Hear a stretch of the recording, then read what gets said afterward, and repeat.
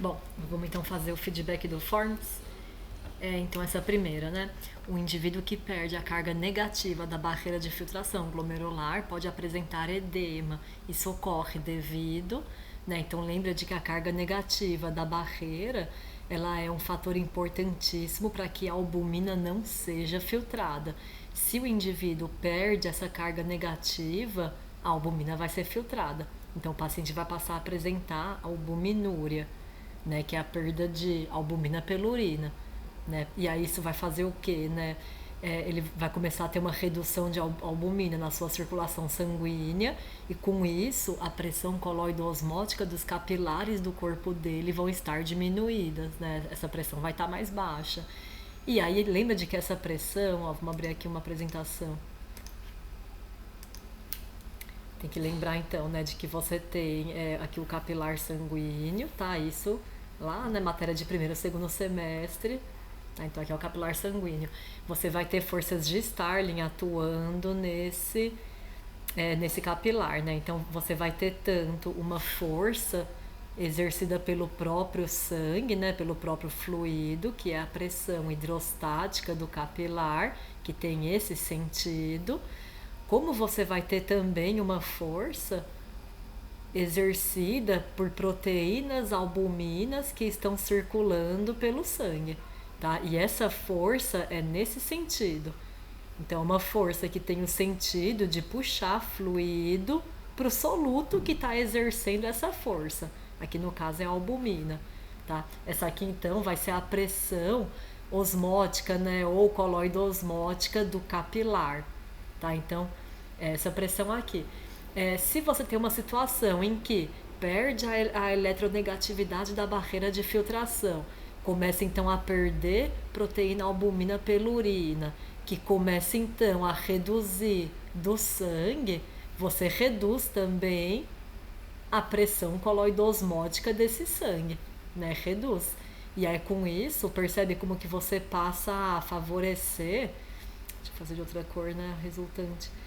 Como que você passa então a favorecer o processo de filtração, né? Que aqui nesse contexto é o fluido deixar o capilar e ficar mais presente no interstício, tá? Então você prejudica aquele processo normal do fluido retornar ao capilar, porque essa força que é importante nesse processo está diminuído.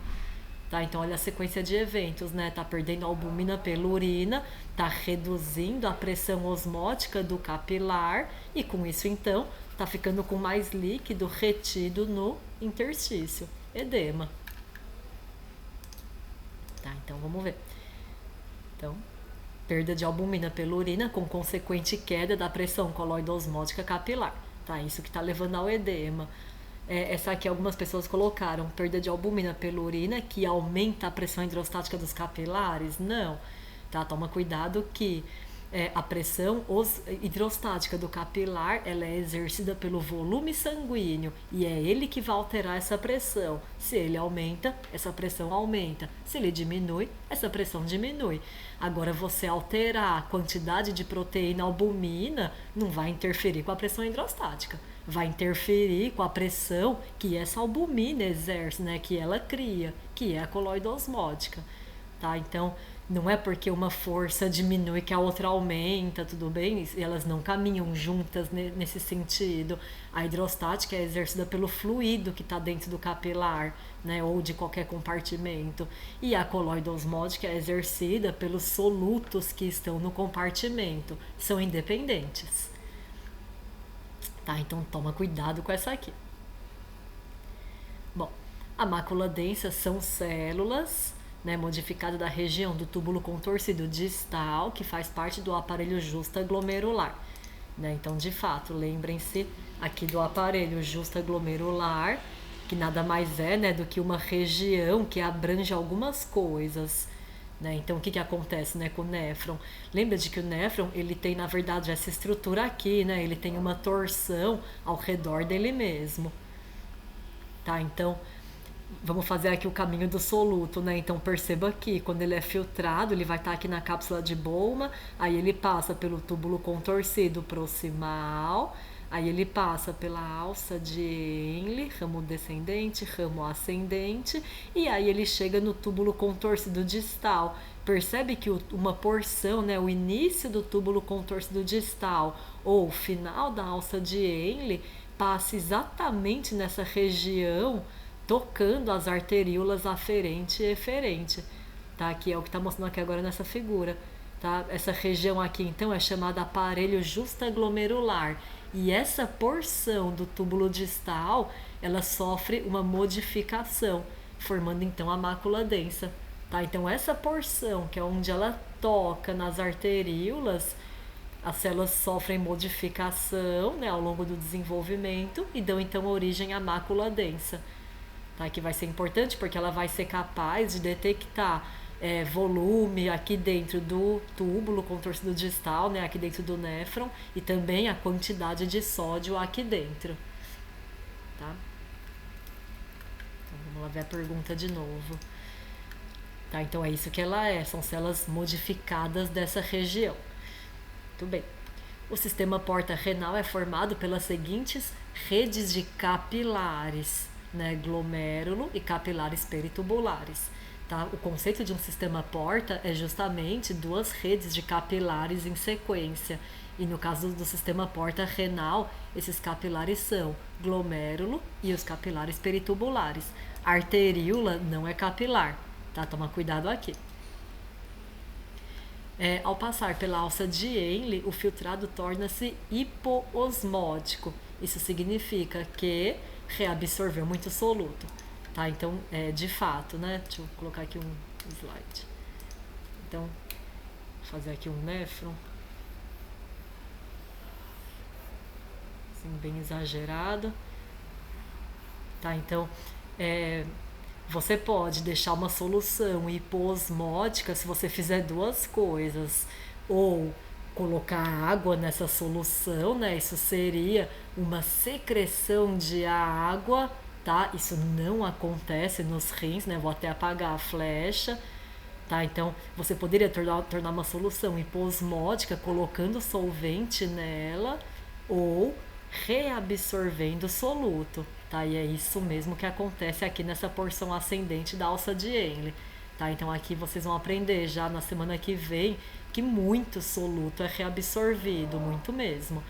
Tá? Então, conforme o fluido vai passando pela alça de Henle, então imagina aqui, né, o fluido passando pela alça de Henle, ele vai perdendo soluto. Tá? Você vai tendo uma reabsorção ativa de soluto. Aí a água não vai atrás por osmose? Não, porque aqui o epitélio é impermeável para a água. Tá? Vocês também vão aprender isso semana que vem. O fato é que esse soluto vai então perdendo soluto, esse fluido vai então perdendo soluto, e como é que ele vai chegar aqui em cima? Hipoosmótico. Tá? Na outra turma, a questão era assim: conforme o fluido passa pelo ramo descendente da alça de Henle, você vai tendo muita reabsorção de água, tá? Isso acontece, a gente vai aprender. Então você reabsorve muita água conforme ele vai descendo pela alça de Henle. Como é que ele vai chegar então aqui embaixo? Hiperosmótico, né? Ele foi passando aqui ao longo da alça de Henle, do ramo descendente, foi perdendo água pra caramba, vai chegar aqui embaixo hiperosmótico, tá bom? Só que aí vocês vão ver que conforme ele vai subindo pela alça de Henle, ele vai perdendo muito mais sal do que ele perdeu a água. Por isso que ele chega aqui em cima hiposmótico. Hiposmótico. Muito bem. A taxa de filtração glomerular é determinada por forças de Starling, né, cuja resultante é a favor da filtração.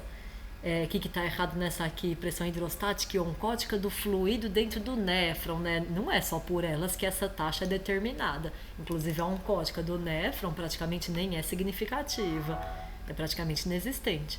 Tá? Então não são só essas forças que vão determinar a filtração glomerular. Então são as forças de Starling, né? E todas elas atuando juntas vão determinar a taxa de filtração. Então cuidado com isso. Deixa eu fazer aqui. Então, se a gente fizer aqui vamos fazer aqui assim um capilar, vai, capilar, E o néfron? O néfron, cápsula de Bowman. Bom, então cuidado, né? A filtração glomerular, ela vai ser determinada pelo conjunto de todas essas forças, né? Então você vai ter a pressão hidrostática do capilar, que é a favor da filtração, né? E você vai ter também de laranja, a pressão hidrostática da cápsula, né? Ou do fluido capsular. Então, a pressão hidrostática do fluido, que é contrária à filtração. E além disso também, né, de forma significativa, você vai ter uma outra força de Starling que também contribui para a taxa de filtração glomerular ser como ela é, que é a pressão, né, coloide-osmótica do capilar, que também é contrária à filtração. Então vejam que a somatória dessas três vai dar uma resultante. A resultante a gente sabe que é... Vou colocar aqui o marca-texto e ainda de preto. A gente sabe que a resultante é para que haja filtração, né? A resultante é essa, mas ela foi determinada por todas as forças de Starling atuantes, tá? Então, a taxa de filtração glomerular, ela vai ser determinada por todas as forças de Starling atuantes, né? E não são só pelas que são a favor da filtração, não. Se fosse assim, concorda que ela seria bem maior do que ela é, tá? Porque ela tem também essas forças contrárias que dão uma freada nela. Tá? Então, essas são todas as forças que determinam a taxa de filtração glomerular. Essa aqui é a imagem de histologia, né? Então, as setas preta, vermelha e amarela apontam para... Preta é a mácula densa, né? Então, observa que ela está aqui, né, voltada para o corpúsculo renal. É um túbulo distal, né? Como pode ser visto. E aí você tem aqui, então, algumas células, de repente um aglomerado de células compondo essa porção do túbulo. Esse aglomerado, então, é a mácula densa. Tá? Como é que você sabe que ela com certeza? Porque ela está justamente aqui próxima do corpúsculo renal. Tá? Aí a amarela é o túbulo contorcido proximal, né? Olha como é que a luz dele é quase fechadinha, né? Você perde muito a luz, porque na verdade são as microvilosidades que dão esse aspecto na histologia. E o distal, que tem a luz mais limpa. Muito bem. Um fármaco vasodilatador que atua na arteríola aferente causará... Então, é isso aqui, ó. Então, encarem a arteríola aferente como a porta de entrada para o capilar glomerular, né? Então o sangue ele entra aqui pela aferente, circula pelo capilar e sai pela eferente. Se você vasodilata a aferente, concorda que vai entrar mais sangue? Tá? Se você vasodilata a aferente, vai entrar mais sangue. Vai aumentar então o sangue que chega no capilar glomerular. E com isso vai aumentar a pressão hidrostática do capilar glomerular, tá? Ela não é determinada pelo volume sanguíneo? Pois bem. Por isso, então, que a correta é essa, né? Aumenta o fluxo renal com o aumento da pressão hidrostática do glomérulo e aumento da filtração, né? Uma vez que essa pressão é favorável à filtração. Se você aumenta o vetor que é favorável à filtração, você vai ter aumento da filtração glomerular. Muito bem. E se você vasodilatasse a eferente, né? Pensar em um vasodilatador de eferente, mais sangue ia sair do glomérulo, né? Mais sangue. E com isso reduziria a pressão hidrostática do capilar glomerular, tá? Reduzindo assim a filtração glomerular. Então, a pressão hidrostática do capilar é exercida pelo volume sanguíneo. Se tem mais sangue no glomérulo, ela vai aumentar. Se tem menos sangue, ela vai diminuir. O mecanismo da manutenção da taxa de filtração glomerular através do monitoramento do filtrado pela mácula densa se chama feedback túbulo glomerular, tá? Então, cuidado, aparelho justaglomerular simplesmente é uma região, tá? Que é aquela região que eu mostrei. Então, essa região aqui, né, onde o túbulo distal faz contato com as arteríolas, é o aparelho justaglomerular, né? E ele merece um nome, porque você tem uma série de modificações aqui. Então, ó, se eu fosse circular, o aparelho justaglomerular seria isso aqui, né? Então é onde você tem a mácula densa, é onde você tem as arteríolas, é onde você tem células justaglomerulares que vão produzir renina, tá? Então é uma região, o aparelho justaglomerular.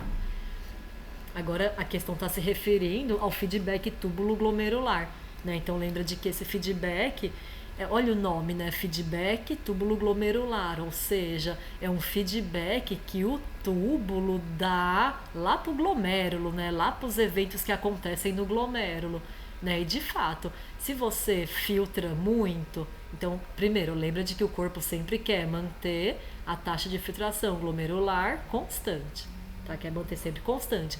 Se por acaso começa a querer filtrar muito, filtrou muito, né, muito soluto, muito sódio, esse filtrado vem, né, circula pelo néfron.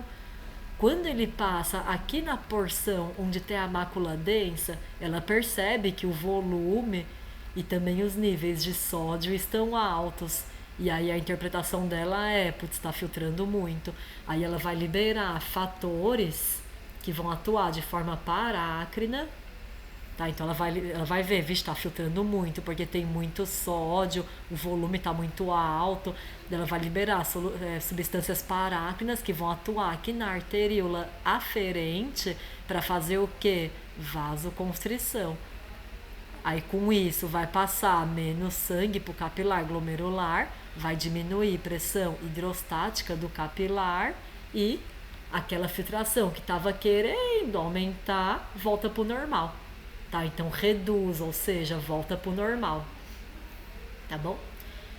E se for diferente, né? E se agora a taxa de filtração glomerular, né, que tem que ser constante, e se ela começa a querer reduzir, né, mesma coisa, vai passar menos fluido, né, e também menos sódio.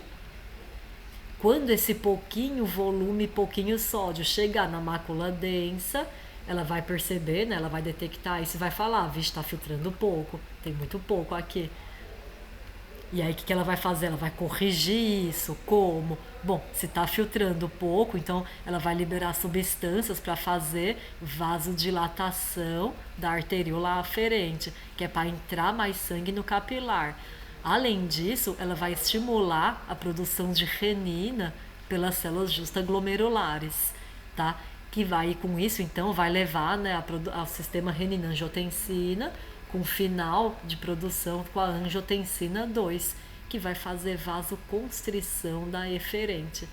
Então, agora você aumentou a porta de entrada e diminuiu a de saída, você vai aumentar o sangue que fica aqui no glomérulo, né? Aumentando assim a pressão hidrostática do capilar e, portanto, aquela filtração que estava diminuindo volta para um ponto homeostático, tá? Então, dessa forma, pelo feedback túbulo glomerular, o corpo consegue manter a taxa de filtração glomerular constante. O outro mecanismo é o mecanismo miogênico, né? Que é mais fácil de entender, que é simplesmente quando a pressão arterial aumenta, esse sangue todo chega aqui na arteríola aferente, que distende e em resposta contrai, tá? Para não deixar que esse volume aumentado de sangue chegue aqui no glomérulo, tá? Esse é outro mecanismo para manter, né, constante a taxa e também para proteger o glomérulo contra a lesão no endotélio. Então é isso.